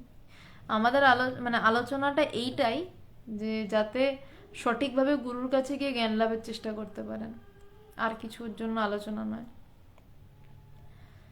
জিয়াবুল ভুইনা, আপনার বাড়ি কোথায়? আমার বাড়ি কলকাতায়। মিহির সরকার, প্রেম কে? আমি আপনার প্রশ্নটা ঠিক বুঝলাম না, আপনি আরেকবার একটু প্রশ্নটা করুন। ভক্তি আর জ্ঞান তবে কি একই? হ্যাঁ একই, শেষে গিয়ে একই। দুটো আলাদা রাস্তা, ওই দুটো আলাদা রাস্তায় গিয়ে একই পুকুরে ঝাঁপ মারে। আসলে যাই ভক্তি তাই জ্ঞান, আলাদা কিছু নয়। দীপায়ন দাস, সৎ চিত এক্সপ্লেন করেছি, চিতটা কি অ্যাটেনশন? এভাবে চিত অর্থে চৈতন্য, এবার এই চৈতন্যকে বোধ করতেই জ্ঞানীরা চান। এবার বুঝে নিন চিৎ অ্যাটেনশান কিনা, অবশ্যই নয়, অ্যাটেনশান সাথে কোনো সম্পর্কই নেই দীপায়ন। চিৎ হচ্ছে চৈতন্য, চৈতন্য স্বরূপ, যাকে বোধ করার জন্য এত চেষ্টা। তো চিৎ মানে অ্যাটেনশান, জানি না কিভাবে এটা আপনার মাথায় এলো, কোনোভাবেই নয়।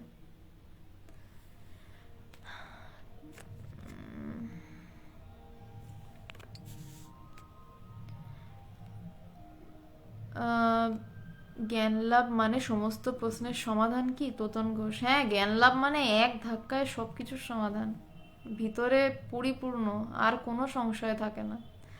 বলছেন যে বিদ্যাতে হৃদয়গ্রন্থি ছিদ্দান্তে সর্বসংশয়া, বলছে সব প্রশ্ন একমাত্র জ্ঞানে শেষ হয়। তা আমার অর্জুন বলেছিল জ্ঞান লাভের পর, বলছে আমার সর্ব সংশয় না শেষ, আমার হৃদয় গ্রন্থি ছিন্ন হয়েছে, আমার সর্ব সংশয় নাশ হয়ে গেছে, শেষ হয়ে গেছে, এবং জ্ঞান লাভের সমস্ত প্রশ্নের সমাধান শেষ। সমাধান মানে সমস্ত প্রশ্ন ভিতরে শেষ, ভিতরে তাকিয়ে কোনো প্রশ্ন খুঁজে পাবেন না। জ্ঞান লাভ হলে সমস্ত প্রশ্নেরই সমাধান। বিশাল আকাশ: আমি ইচ্ছায় জপ করি ওম শিব, আমার ভালো লাগে। বেশ, ভালো করুন। তরুণ: চিত্ত হলো পুরাতন স্মৃতি। বলতে পারেন, কিন্তু ঠিক ওভাবে চিত্তটাকে ব্যাখ্যা ওভাবে করা যায় না, একটা অদ্ভুতভাবে ব্যাখ্যা করা রয়েছে, সেটা একটা লম্বা ব্যাপার, ওটা এই জন্য আমি ঢুকলাম না চিত্তটায়, যেভাবে আদি শঙ্করাচার্য ব্যাখ্যা করেছেন। Satinath Ray: process, meditation and best time. দেখুন, মেডিটেশনের প্রসেস হতে গেলে সেটা নিয়ে আবার একদিন আলাদা আলোচনা করতে হয়। একদিন যতদূর সম্ভব আলোচনা করেছিলাম মেডিটেশনের প্রসেস নিয়ে, আজকে আর নতুন করে আলোচনা করছি না। যোগাবাশিষ্ট সারের আলোচনায় যে কোনো একটা বুধবার একটু খুঁজে দেখবেন, অদ্বৈতবাদের বিচার মার্গ নিয়ে আলোচনা করেছিলাম। সেটা ঠিক ধ্যান নয়, সেটাও এক প্রকার বিচার, আর ধ্যান নিয়েও একদিন আলোচনা করেছিলাম। ওটা নিলে একদিন পুরো 1 ঘন্টা যাবে আর কি, মানে 1 ঘন্টা আলোচনা করতে হবে, এরকম শর্টে অ্যান্সার দেওয়াটা সম্ভব নয়। আর বেস্ট টাইম, সাধুদের কথা মতন যদি বলেন মাঝরাত বা ভোরবেলা, কিন্তু সত্যি কথা বলতে আমার কাছে মেডিটেশনের বেস্ট টাইম যখনই ভিতর থেকে ডাক আসে, ভিতর থেকে মানে নিজের ভিতর থেকে যে ধ্যানে বসে পড়ো, তখন আর কোনো সময় নয়, কারণ ধ্যান সেই জন্যই সময়ের পারে যাওয়ার জন্যই। বিশাল আকাশ: আমার গুরু ইউটিউবের বিভিন্ন জন, আমি নিজে বিচার করে ঈশ্বরের নামে যদি মন লাগিয়ে দিই তাতে কি হয় না? না, হয় না। ইউটিউব দিয়ে গুরু হয় না। আর সঠিক যারা গুরু তারা ইউটিউবে বসে আপনাকে বিভিন্ন কথা বলবেও না। এই যেমন আমি অবশ্যই গুরু নই, এবং আমার মধ্যে কোনো গুরু শক্তি নেইও। আমি যতটুকু জানি বলতে পারি, তবে এইভাবে আপনার জ্ঞান লাভ কিছুতেই হবে না। আপনি চ্যালেঞ্জ হিসেবে নিতে পারেন, কিন্তু লাভ হবে না। স্বামী বিবেকানন্দের মতন আধারকেও ঠাকুরের পা ধরে কান্নাকাটি করতে হয়েছিল যে জ্ঞান লাভ করিয়ে দাও, আমার এখনো হচ্ছে না। আর ঈশ্বরের নামে মন লাগিয়ে দিই, এই শব্দটার মধ্যেই রয়েছে যে আপনার কর্তৃত্ববোধ, আপনার অহংকার হয় না। অহংকার যতক্ষণ থাকে, এই যে এক্ষুনি আলোচনা করলাম, বলছে এতটুকু অহং বুদ্ধি থাকলে তা হওয়ার জো নেই। ঈশ্বরের নামে যদি মন লাগিয়ে দিই, মানে কিছু মনে করবেন না, আপনাকে আমি কোনো রকম মানে অশ্রদ্ধা করছি না বিশাল আকাশ। এই যে বলছেন মন লাগিয়ে দিই, প্রত্যেকটা লাইনে মনের অবস্থা ধরা পড়ে। আপনার মধ্যে একটা অহংকার কাজ করছে, আমি মন লাগিয়ে দিয়ে আমি করে নেব। এই অহংকারটা যখন শেষ হয়, যখন বোঝা যায় যে না, হবে না ওভাবে, তখনই তার প্রকাশ। আর ইউটিউবের বিভিন্ন গুরু দিয়ে হয় না। গুরুর কাছে যান, ঠিকভাবে তাকে প্রাণ ভরে ভালোবাসুন। বাড়ি বসে ওরকমভাবে ইউটিউবে শুনে আধ্যাত্মিকতা হয় না, এটা আমার অনুরোধ রইল আপনাকে। সাধনা দাস: আচ্ছা বোন, আপনার গুরুদেব ডাইরেক্ট দীক্ষা দেন না কেন, একটু যদি বলেন? কারণ দরকার পড়ে না আসলে। দীক্ষা নেওয়ার প্রয়োজন কেন, মানে দীক্ষা দেয় কেন, বীজ মন্ত্র দেয় কেন? বীজ মন্ত্র দেয় এই কারণেই যে তার একদিন ব্রহ্মজ্ঞান লাভ হবে, এটাই তো তার কারণ। তার একদিন নির্বিকল্প সমাধি হবে, সে অনুভব করবে। এবার আমার গুরুদেব ভগবান, তার দরকার পড়ে না ব্রহ্মজ্ঞান লাভ করানোর জন্য দীক্ষা দেওয়ার। তিনি যদি চান যে এর ব্রহ্মজ্ঞান হবে, সে সেটা হবে। এবং অবশ্যই বিশেষ ব্যাপার, সবার ক্ষেত্রে হয় না। তো এই জন্যই আমার গুরুদেব ভগবান দীক্ষা দেন না, কারণ তাকে জ্ঞান লাভ করানোর জন্য দীক্ষার প্রয়োজন তার পড়ে না, মন্ত্রের প্রয়োজন পড়ে না। আমি দেখেছি তার দীক্ষা অনেক রকম হয়, প্রসঙ্গে একটু বলে রাখি। মন্ত্র দীক্ষা হয়, শাক্তি দীক্ষা হয়, শাম্ভবী দীক্ষা হয়। শাক্তি দীক্ষা মানে হচ্ছে যে আমি মানে গুরু আমার দিকে তাকালেন বা গুরু আমাকে কিছু বললেন, সাথে সাথে শরীরে একটা কাঁপুনি শুরু হলো বা প্রচণ্ড কান্না শুরু হলো বা ঘাম দেওয়া শুরু হলো, আমার দীক্ষা হলো। শরীরে ভিতরে মানে মন্ত্রতন্ত্র বাদ দিন, মানে ওটাকে বলা হচ্ছে শাক্তি দীক্ষা। গুরু আমাকে জাস্ট ছুলেনও না, হয়তো ছুতে পারেন নাও ছুতে পারেন, কিন্তু আমার ভিতরে মানে আমার শরীরে রিয়াকশন শুরু হয়ে গেল। এগুলো অদ্ভুত অদ্ভুত জিনিস আধ্যাত্মিক জগতে হয়, এবং শুধু হয় বলে না, আমার সামনে আমি জানি, আমি দেখেছি। এই শাক্তি দীক্ষা এটা সবাই দিতে পারে না। আর শাম্ভবী দীক্ষা, গুরুর কাছে এলো, বেদান্ত শুনতে শুনতে জ্ঞান লাভ করে ডুবে গেল। এই শাম্ভবী দীক্ষা অবতার পুরুষ ছাড়া, এবং ঈশ্বর কোটি পুরুষ, এবং যতদূর সম্ভব অবতার পুরুষ, এটা নিয়ে একটু বিতর্ক, অবতার পুরুষ ঈশ্বর কোটি দুজনই দিতে পারে বলে বটে, তবে অবতার পুরুষ ছাড়া শাম্ভবী দীক্ষা খুব একটা কেউ দিতে পারেন না। তাই ভগবানের কাছে শাক্তি দীক্ষা, শাম্ভবী দীক্ষায় বেশিরভাগ দেখেছি। এবং ভগবান এই জন্যই দীক্ষা দেন না যে তার যদি মনে হয় একে জ্ঞান লাভ করাবো বা একে আমি গ্রহণ করলাম, তাহলে তার জ্ঞান লাভ হবেই, অন্য কিছু হবে না, তার অনুভব শুরু হবেই। এটা মানে আমার 10 বছরের একদম সামনে দেখা এক্সপিরিয়েন্স থেকে আমি বলতে পারি।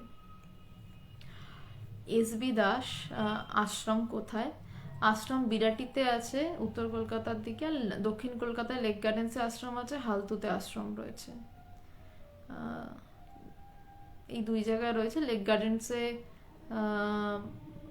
সাউথ সিটির কাছেই, নবীনা সিনেমা হলের ভীষণ কাছেই, আর বিরাটিতে স্টেশনের কাছে।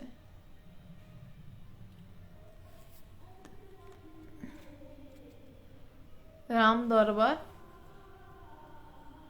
আমি জ্যোতিষবিদ্যা চর্চা করি, এর সঙ্গে আধ্যাত্মিকতার উন্নতি হতে পারে কি? আধ্যাত্মিকতা তো সবকিছু ওড়ানোর বিদ্যা। তো আপনি জ্যোতিষবিদ্যা চর্চা করেন নাকি ফিজিক্স নিয়ে পড়াশোনা করেন, সেটার সাথে আধ্যাত্মিকতার কোনো সম্পর্ক নেই। আধ্যাত্মিকতা মানে সব ছেড়ে দেওয়া, সব কিছু, মন বুদ্ধি চিত্ত। জ্যোতিষবিদ্যা চর্চা মানেই তো এখানে আপনার বুদ্ধি জড়িয়ে, আপনার মন জড়িয়ে। সেসব যখন সরে যায় তখনই তার প্রকাশ। এবং জ্যোতিষবিদ্যার যেমন একটা বিদ্যা, তেমনই ফিজিক্স একটা বিদ্যা, সায়েন্স একটা বিদ্যা, এই ধরনেরই।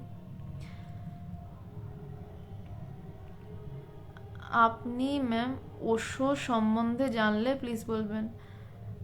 ওশো সম্বন্ধে জানলেও আমি খুব বেশি বলবো না, কারণ আমি এখন ওশো নিয়ে আলোচনা করছি না। দেবজ্যোতি সাহা ওশো নিয়ে আলোচনা করছি না। উনি কি বলেছেন, ওনার কথা একরকম, ওনার কাজ একরকম, বিতর্কিত ব্যাপার, সেটা আলাদা। তো আমি এই জন্য ওশো নিয়ে আলোচনা করছি না। আমি আপাতত ব্রহ্মজ্ঞান নিয়ে আলোচনা করছি, সেটা নিয়ে থাক, কি দরকার বিতর্কে জড়িয়ে।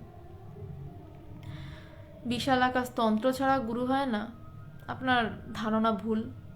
সব পথেরই গুরু হয়। তন্ত্র মতের গুরু হয়, অদ্বৈত পথের গুরু হয়, ভক্তি পথের গুরু হয়, যোগ পথের গুরু হয়। ঠাকুরের সব পথেরই গুরু ছিল। তন্ত্র পথের গুরু ছিল ভৈরবী মা, অদ্বৈত পথের গুরু ছিল তোতাপুরী। তো তন্ত্র ছাড়া গুরু হয় না, এটা আপনার ভুল ধারণা।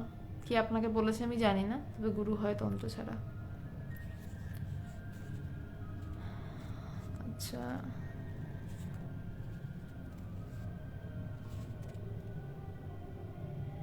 কামকে জয় না করতে পারলে সাধন হয় কি? বাহ, ভালো প্রশ্ন করেছেন। সমস্যাটা হচ্ছে কি জানেন তো, মানে আমরা কাম বা কামনা এটাকে জয় করতে গিয়ে আমরা ওটার উপরেই ফোকাস করি যে আমরা এটাকে জয় করব, এবং তাতে সমস্যা গিয়ে আরও ওটার ভিতর ডুবে যাই, আমরা ওটাকে বিষয় বানিয়ে ফেলি। আমাদের তখন সাধনাটা বিষয় থাকে না, তখন আমাদের বিষয় থাকে যে আমরা কিভাবে ওটাকে জয় করব, এবং তার ফলে কি হয়, আমাদের বিষয়টাই বদলে যায়। এবার এই উদাহরণটা অনেকবার আগে বলেছি, আবারও বলছি, এটা ভগবান আমাদেরকে বলতেন আগে, যে দক্ষিণেশ্বর থেকে যখন বেলুর মঠে নৌকা যায়, তখন দক্ষিণেশ্বরকে, এই দক্ষিণেশ্বর পিছনে যা তুমি, দক্ষিণেশ্বর পিছনে যাও, বেলুর সামনে এসো, এরম বলতে হয় না। অটোমেটিক্যালি নৌকা বেলুরের দিকে যাচ্ছে মানে দক্ষিণেশ্বরের পিছনেই পড়ছে। আবার যখন নৌকা দক্ষিণেশ্বরের মুখে, বেলুর অটোমেটিক্যালি পিছনেই পড়ে। জোর করে বেলুরকে পিছনে সরাতে হয় না, দক্ষিণেশ্বরকে টেনে আনতে হয় না। তেমনি সাধনার দিকে যদি মন দেন, এসবি দাস আপনাকে বলছি, তখন একটা সময় দেখবেন কাম কি খুঁজেই পাচ্ছেন না। আর যদি সারাক্ষণ মাথায় থাকে যে আমি কাম জয় করব, তাহলে সারাদিন ওটা নিয়েই চিন্তা করবেন। কিন্তু যদি সারাক্ষণ মাথায় থাকে আমি নিজে কোথায় আমি খুঁজবো, তাহলে অটোমেটিক্যালি কখন সেটা উড়ে যাবে আপনি টেরও পাবেন না। ব্যাপারটা হচ্ছে যে আপনাকে বিষয়টাকে চুজ করতে হবে যে এটা আমার বিষয়, সাধনাটাকে আমি বিষয় করব, আমি নিজেকে খোঁজাটা বিষয় করব। আর আপনি এটা বিষয় করতে পারেন যে আমি কামকে জয় করব, এটা বিষয় করব। এবার যেটাকে বিষয় করবেন আপনি সেটার মধ্যে আরো ডুববেন। এটাই আশা করি বোঝাতে পারলাম। লালাজি হালদার, না আমি বিবাহিত নই, করতেও চাই না। যাই হোক, কৃষ্ণ প্রসাদ বসু, ধ্যান আর জপের মধ্যে তফাৎটা কি? জপ হচ্ছে যে, মা বলছেন, শারদা মা বলছেন জপের থেকে ধ্যান বড়। জপ হচ্ছে যে আমি ক্রমাগত মুখ বন্ধ থাকছে বা মুখ চলছে, আমি কিছু বলে যাচ্ছি, মানে একটা কিছু মন্ত্র উচ্চারণ বারংবার বারংবার করছি, এবং করতে করতে এক সময় যখন আমার মন্ত্র জপ বন্ধ হয়ে যায়, তখন আমার আর মন্ত্রের প্রয়োজন হয়। আমি মন্ত্র জপ পড়ছিলাম কেন? মনকে একাগ্র করার জন্য, মনকে এক চিন্তায় আনার জন্য। তখন অটোমেটিক্যালি মন যখন এক চিন্তায় স্থিত হয়ে যায়, তার নামই ধ্যান। এক চিন্তার নামই ধ্যান। জব করতে করতে যখন অটোমেটিক্যালি জব বন্ধ হয়ে যায় এবং মন এক চিন্তায় রত হয়, তাই ধ্যান। এটাই তফাৎ। কৃষ্ণপ্রসাদ বসু,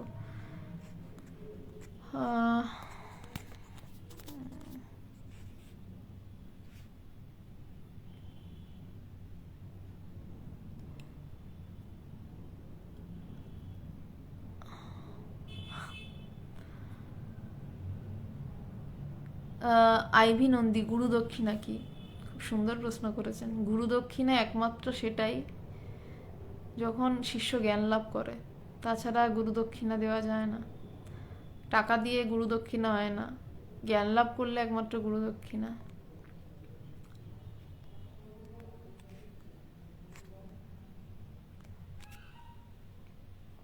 ইউটিউবে সদ্গুরু বলেছিলেন তন্ত্র ছাড়া গুরু হয় না, যার কোনো ক্ষমতা নেই তিনি গুরু হবেন কি করে?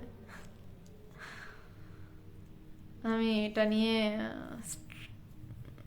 স্ট্রেট কথাটা কাটছি। ক্ষমতা প্রয়োজন কি? ক্ষমতা থাকা মানে আমি কি? ওটা আমার ভিতর বিশেষ কোনো শক্তি। আমি যখন নিজেকে একাকার বোধ করবো, আমার শক্তির কি প্রয়োজন হবে? সদ্গুরু কেন বলেছিলেন জানি না, তবে তন্ত্র ছাড়াও গুরু হয়, তন্ত্রপথের গুরু, অন্যান্য পথের গুরু রয়েছেন। আর এর থেকে বড় ক্ষমতা আপনি কি আশা করেন? যখন সব কিছু তো আমি, সবটা আমি, সব কিছুতে আমি, এর থেকে বড় ক্ষমতা পৃথিবীতে আর কিছু আছে? একটা জিনিস বলে রাখছি, শুনে নিন। যারা পূর্ণ জ্ঞানী হয় তাদের কাছে অষ্টসিদ্ধি করায়ত্ত থাকে। গোটা প্রকৃতি তাদের কাছে মাথা নিচু করে থাকে যে সে কখন কিছু একটু দয়া করে চাইবে, একটু কিছু দয়া করে তার ভিতর থেকে ইক্ষণ হবে, ইচ্ছা নয়। ইচ্ছারও আগের এক অবস্থা ইক্ষণ, তাই তাদের মধ্যে আসে না। প্রকৃতি হাত জোর করে থাকে তাদের মধ্যে কখন একটু ইক্ষণ উপস্থিত হবে, এবং সাথে সাথে প্রকৃতি তাদের কাছে তা নিয়ে হাজির হয়। কিন্তু তারা চানই না, তারা চানই না, চেষ্টাই করেন না। নিঃশ্বাস প্রশ্বাসের সাথে গুরুমন্ত্র জপ, বৈশালী চ্যাটার্জি। জপ অজপা হলেই ধ্যান, হ্যাঁ বলতে পারেন জপ অজপা হলেই ধ্যান, কিন্তু তখন আর ধ্যানেও একটা সময় হয় জপেরও আর প্রয়োজন থাকে না। যাই হোক, বৈশালী চ্যাটার্জি, নিঃশ্বাস প্রশ্বাসের সাথে গুরুমন্ত্র জপ, হ্যাঁ, কিন্তু একটা সময় ওটাও শেষ করতে হয়, বন্ধন। ওই জন্য মা বলছেন জপের থেকে ধ্যান বড়, ধ্যানের থেকে সমাধি বড়, ধাপ রয়েছে। অভিজিৎ নন্দী, কিভাবে সঠিক গুরুর সন্ধান পাবো? আহ, সঠিক গুরুর সন্ধান পাবো, আপনাকেই খুঁজতে হবে, অন্য কেউ খুঁজে দিতে পারবেন এটা আপনাকে, আপনাকেই খুঁজতে হবে। এবং সঠিক বেঠিক আপনি ধরতে পারবেন না, কারণ গুরু যেই জায়গা আছে আপনি সেই জায়গায় নেই। তো আপনাকে হৃদয় দিয়ে বুঝতে হবে যে ইনি কি আমার গুরু হবেন, আপনাকে তার সাথে মিশে কথা বলে বুঝতে হবে যে ইনি, আমি কি এনাকে গ্রহণ করব, বা উনি কি আপনাকে গ্রহণ করবেন।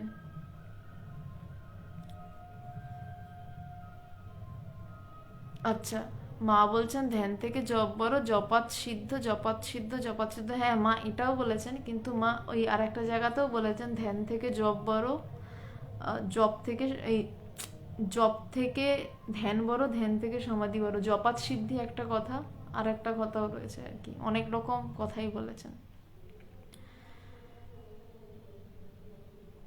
আহ, মানসিকভাবে পবিত্র হওয়ার জন্য শারীরিকভাবে পবিত্র হওয়ার কি দরকার? না, মানসিকভাবে পবিত্র হওয়ার জন্য মানসিকতাই দরকার। কেউ কাদার মধ্যে বসে আহ, ধ্যানে ডুবে মানসিকভাবে চরম পবিত্র থাকতে পারেন। মানসিকভাবে পবিত্র একমাত্র তখনই যখন আমার মনে তাকে জানার চিন্তা হচ্ছে। সেটা মোহাম্মদ আমিরুল, আমি আপনার নাম শুনে যেটা বুঝতে পারছি আপনি মুসলিম।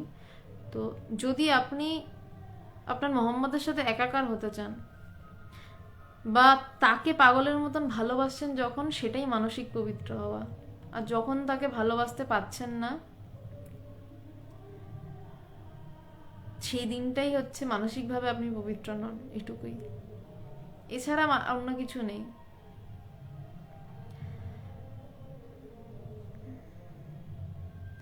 বিশাল আকাশ, আমি কেন গুরু নিয়ে তো কথা বলছি, আমার কথা হলো সঠিক গুরু পাওয়া তো ভার।